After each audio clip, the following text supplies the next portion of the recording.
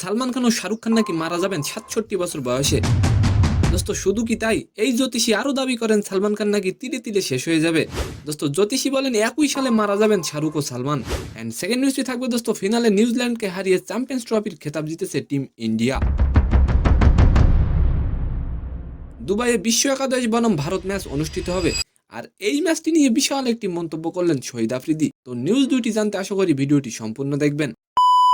দোস্ত ভারতের সেলিব্রিটি জ্যোতিষী সুশীল কুমার সিং দেশটির বহু তারকা তার কাছে হাত দেখেন। দোস্ত তবে সম্প্রতি জ্যোতিষী সুশীল একটি অনুষ্ঠানে জানিয়েছেন সালমান খান ও শাহরুখ খান নাকি মারা যাবেন মাত্র ৬৭ বছর বয়সে। শুধু কি তাই, এই জ্যোতিষী আরো দাবি করেন সালমান খান নাকি তিলে তিলে শেষ হয়ে যাবে।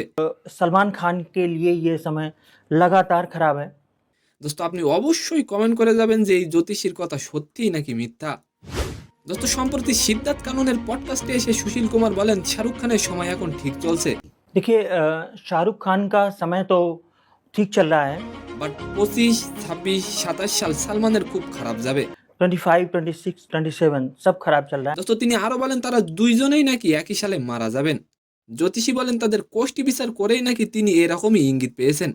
দোস্ত আর এবার আলোচনা করবো সম্প্রতি নিউজিল্যান্ডকে হারিয়ে চ্যাম্পিয়ন্স ট্রফি জিতেছে টিম ইন্ডিয়া। দোস্ত দুবাইয়ে অনুষ্ঠিত হবে ইন্ডিয়া বনাম বিশ্ব একাদশ, আর এই ম্যাচ নিয়ে আফ্রিদি বলেন যদি চ্যাম্পিয়ন্স ট্রফির পারফরমেন্স নিরিখে বিশ্ব একাদশ নির্বাচন করা হয় তাহলে এই ম্যাচে টিম ইন্ডিয়াও জিতে যাবে। তো সম্মানিত দর্শক, আজকের ভিডিওটি কেমন লাগলো অবশ্যই কমেন্ট বক্সে জানাবেন, আর ভিডিওটি যদি ভালো লাগে অবশ্যই একটি লাইক দিয়ে আমাদের চ্যানেলটিকে সাবস্ক্রাইব করে দিবেন। ধন্যবাদ।